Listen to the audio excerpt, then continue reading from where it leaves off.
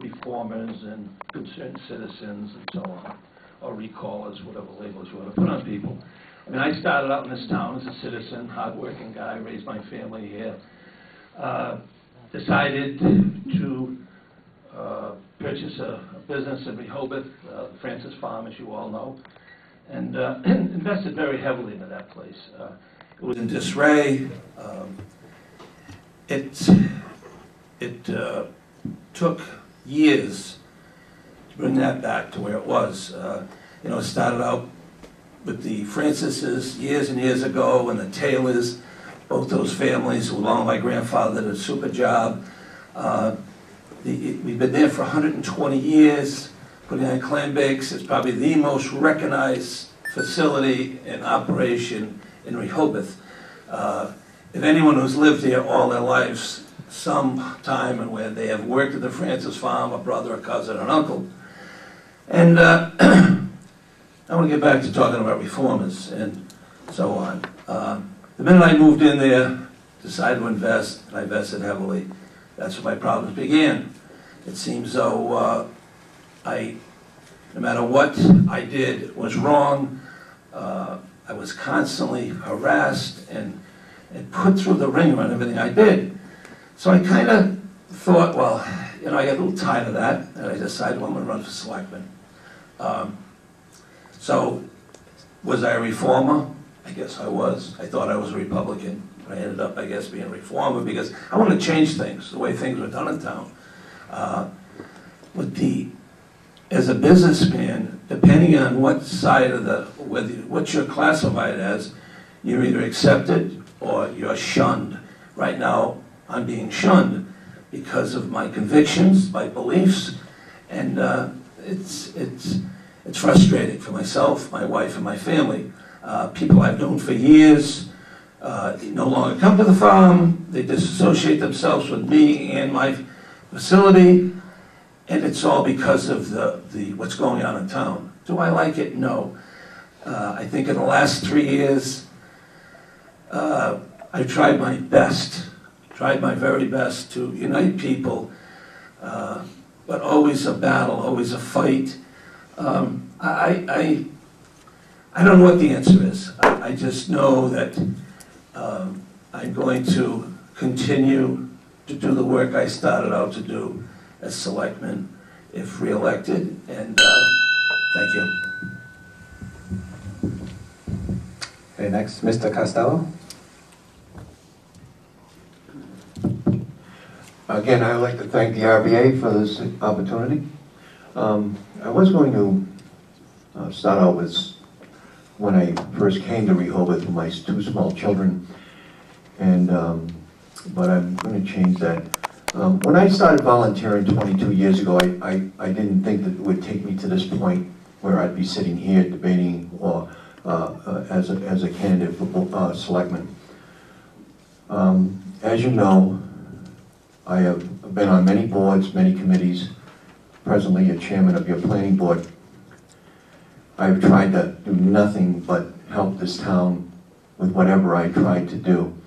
I've researched heavily on every project that I was involved in, and I have been roadblocked by some, helped by others. What we need to do is change that and be helped by all. I hope to do that as a selectman, to gather everyone together and work as a team. We know how the Patriots did when they worked as a team. They started winning. So I feel if we work as a team in the town, we will win, all of us, all the residents, everyone involved. So as I know that if I'm elected selectman, that I can bring that team together. Thank you. Thank you. Mr. Payon, you're next. Good evening. I would like to thank the Rehoboth Business Association for giving me the opportunity to address your questions concerning the business climate in our town. As a fellow business owner and longtime resident, I share your concerns regarding the local, state, national, and global economy with respect to its impact on our livelihood. We've had to make many changes in the way we do business compared to even a couple of years ago in order to survive, and in some cases even thrive. Businesses with fewer than 20 employees account for 90% of all U.S. firms and are responsible for more than 97% of all jobs, according to the Small Business Association. We are doing our part to be prudent in our business dealings and to keep our local economy alive. However, we are at the mercy of the ever-changing federal and state tax laws, local property and excise taxes, mandated unemployment compensation, and spiraling health care costs. What can we do as a business community to minimize the impact of these outside forces? We must stay on top of our legislators to ensure that they vote on issues that are fiscally prudent and supportive of local commerce. This April 4th, you have a great opportunity to cast your vote for someone that understands your needs as a business community. As a small business owner, I know firsthand what is at stake, and I'm keenly aware of the positive local impact that the Office of Board of Selectmen can have on the local economy if they choose to get involved with our legislators. As I promise you, I will. I pledge to you now to be your advocate and your voice. I will do everything possible to keep your taxes low, to encourage new business to our town while keeping the rural character of our beautiful town intact. You are very important to this town. I will stand side by side with you to do what we can as a community to work together to solve problems that come our way. And I ask for your vote on April 4th. Thank you. And lastly, Mr. Tito. Thank you. I want to, again, like everyone, thank the RBA for this wonderful opportunity tonight. And it's a wonderful evening, and you guys have put on a great event. Thank you very much. My name is Joe Tito. I think most of you know that. I work as a general surgeon in Taunton. I've been in the community now for nearly 9 years. I have one son at Beckwith, another one who's another daughter who's going to be in Palmer River next year. She's turning 5 in just a couple of days. What I'd like to bring to the Board of Selectmen is a sense of civility, listening. I'd like to reinstate the open forum. I think it can be done, and it can be done politely. This night is an example of that. There's been no screaming, there's been no shouting. It's gone very well, and people have had their say. I'd like to institute a sense of transparency with decreased executive sessions and decreased emergency sessions. And finally, availability. I'm on call already. I wear a beeper, I've got it on right now. I've got a cell phone. Right now I've got 2 cell phones. And I will be available to all the citizens of Rehoboth at all times, and I will respond to you personally. And that's my pledge to you. And I thank you very much. Thank you. Mr. Payon, why are you running for office, and what qualifies you for the position? Well, thank you for the first question of the evening. I'm running for office because I'm finishing up a 3-year term on the school committee. It was my first venture into politics, if you would call the school committee politics, and I certainly do. It was a very good learning experience throughout that 3-year period to learn how to bring sides together, to work with the community as a school committee member, sovereign board. We still had to work with the interest of the taxpayers and citizens in mind. I would also like to take my business experience, my 20-year business experience, to the Board of Selectmen, and to use, as I said in my opening statement, to use these skills to go forward in the town in a way that we would be fiscally prudent. I certainly had to do that as a jeweler over the past few years. Thank you. Mr. Tito, to restate, why are you running for office, and what qualifies you for the position? Thank you. Once again, one of the things that disturbed me greatly in the last year or so was an increasing lack of civility and decorum at the selectmen meetings, and a decreased ability to get things done.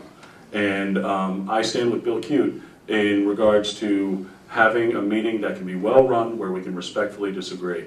And I think I can restore that. In terms of my qualifications, I've been in multiple positions of leadership throughout my career. I've spent 4 years on the planning board. I'm currently vice president of the medical staff at Morton Hospital and Medical Center. I instituted and created the Center for Wound Healing there, and was president of the Center for Wound Healing until a couple of years ago when I had to take the vice president's job. I've been on multiple boards, and as a resident, was named to the board of trustees at Bassett Hospital in Cooperstown. I've been in multiple leadership positions, and I think I'm well qualified for this position. Thank you. Thank you. Mr. Costello?